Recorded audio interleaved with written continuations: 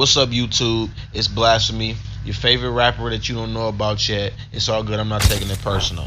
Let's get straight into it. This is the first video that I've made of this kind. I watch shit like this from a day to day, and I just felt like it's time, especially now, because a year ago when Nando first reached out to all the YouTubers and non-YouTubers to feature their favorite scene from the Marvel Cinematic Universe, I was all in. I'm like, damn, I could have done this. So he actually gave me another opportunity indirectly by applying the same concept to all of the X-Men films, comics, video games, etc., called One X-cellent Scene. So I figured, why not toss my hat in this time?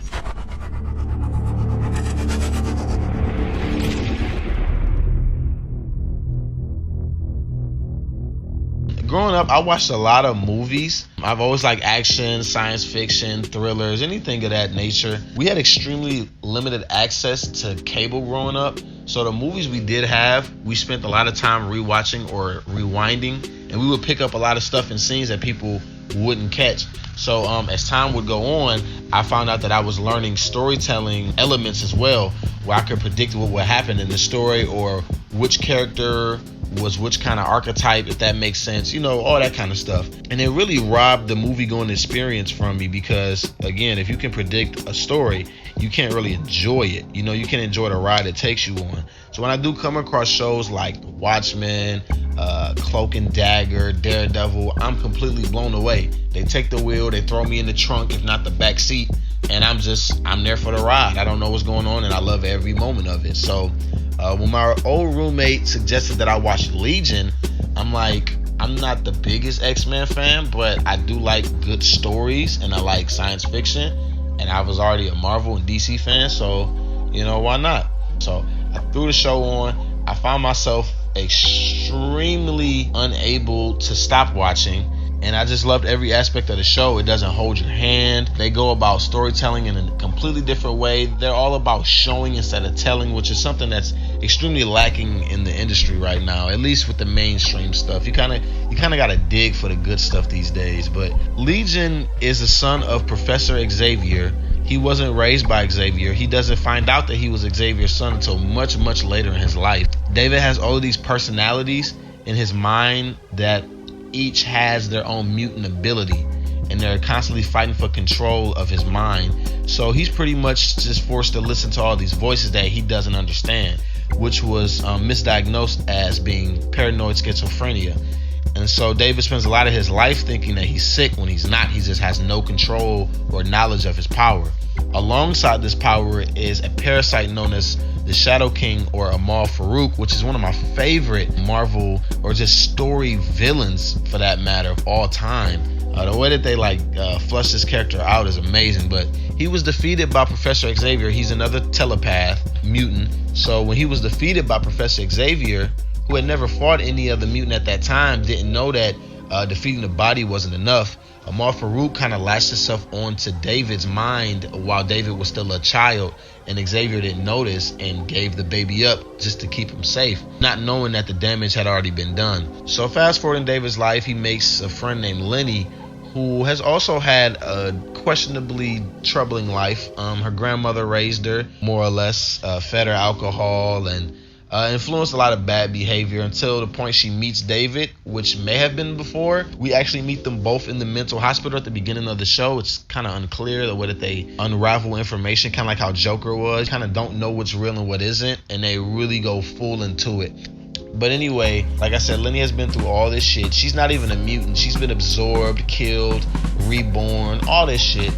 This show, you know, it was really hard for me to figure out what scene I wanted to do, just off of how many good scenes an episode can contain out of 3 seasons. You got David versus Farouk. You got Farouk's defensive attacks, offensive attacks, the musical numbers, the fucking rap battle, the 30 style story delivery at the end of the first season of Legion, which blew me away. I mean, it solidified me as a fan, if not anything prior to that moment in the show.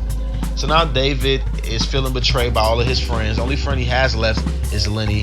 He has his own commune where he's like drugging up all of these abandoned hipster kids on his secret David Blue Juice. It's actually pretty interesting the way they show it, but still a weird concept, especially when they bring the pig into play, or it might have been a hamster. I don't fucking know.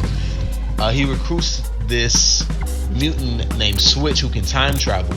David is making an attempt to erase all the trauma in his life by preventing the moment where the Shadow King, aka Amal Farouk, latches onto his psyche and pretty much ruins his fucking life. He doesn't know that he can't keep going back in time, and Switch has never gone as far back in time as this. And the way that they show her abilities being stretched to their fullest potential, she loses teeth, she gets really weak, and these creatures get awakened that she warns David about, called time demons. These time demons can manipulate time. They don't move in real time. The only thing that does move in real time are their eyes. It's really fucking creepy. They kind of tick, like they move in clock intervals. Like you may not see their next movement for another 3 to 5 seconds. It's really, really creative. So David is overrun by these creatures. He tells Lenny and Switch to run. Lenny finds herself alone, and she hears the distant screaming of her girlfriend going into labor.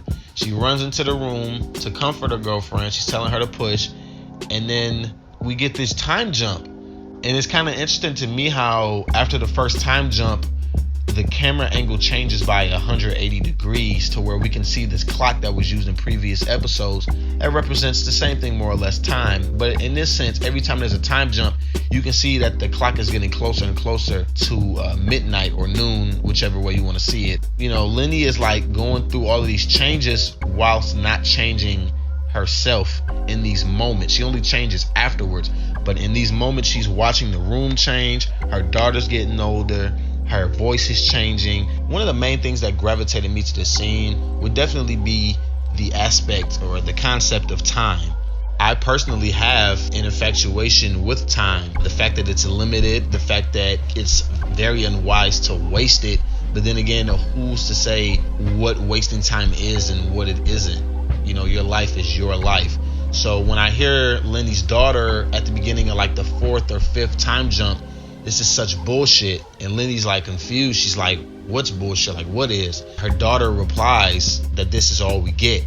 And I've always felt that way about life. Like, you know, we only get so many years here. And that's something that Lenny has never really done before. She's always taken advantage of the situations that she's been in. She's always lived in the moment, but not from a caring perspective. So now that she's seen that this time is racing past her by years at a time and is getting like faster the further through her daughter's life she gets, she's not able to accept what's going on until she's on her deathbed. And Lenny finally understands, like, shit, I've been such a shitty person all my life. Like, I could have been contributing to something. I could have been doing something more constructive with my time.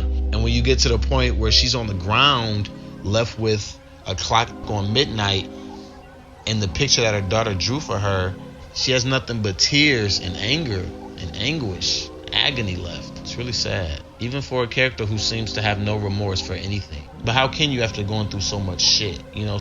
One of my favorite parts of this scene is actually like the follow-up.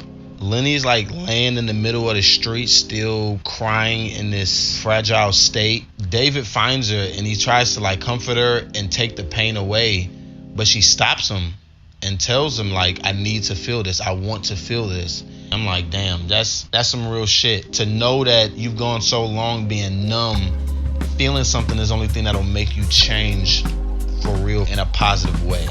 But that always hit. I feel like Lenny's daughter accepted what was going on before Lenny could even puzzle the shit together. So in a sense, Lenny's understanding came out of her daughter's understanding. She was just at peace with it. She was just like, you know, going through the motions. Whereas Lenny was still like lagging behind, and by the time she caught up, it was too late. I don't know, this scene just it really embodies everything that makes Legion. He's not even in the scene really, and like you get all these time jumps, all these mind fucks, you know, you don't really know what's going on. You kind of have to piece it together.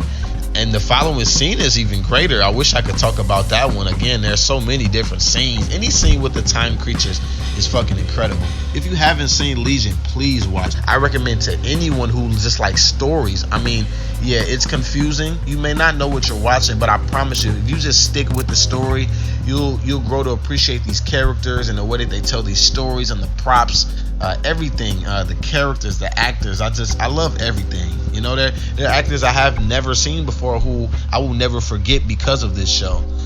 They do a really good job. I hate that it was wrapped up within 3 seasons, but it was also a nice little pocket of time to tell a story and, you know, wrap it up. A lot of shows have a tendency of overstaying their welcome, and this show doesn't do it. If anything, you want more. Thank you, Nando. Thank you, everyone else. I wish I could go more into depth, but I think I got the fucking job done. It's been about 10 minutes, so, you know, let's wrap this shit up. Thank you. Have a good day.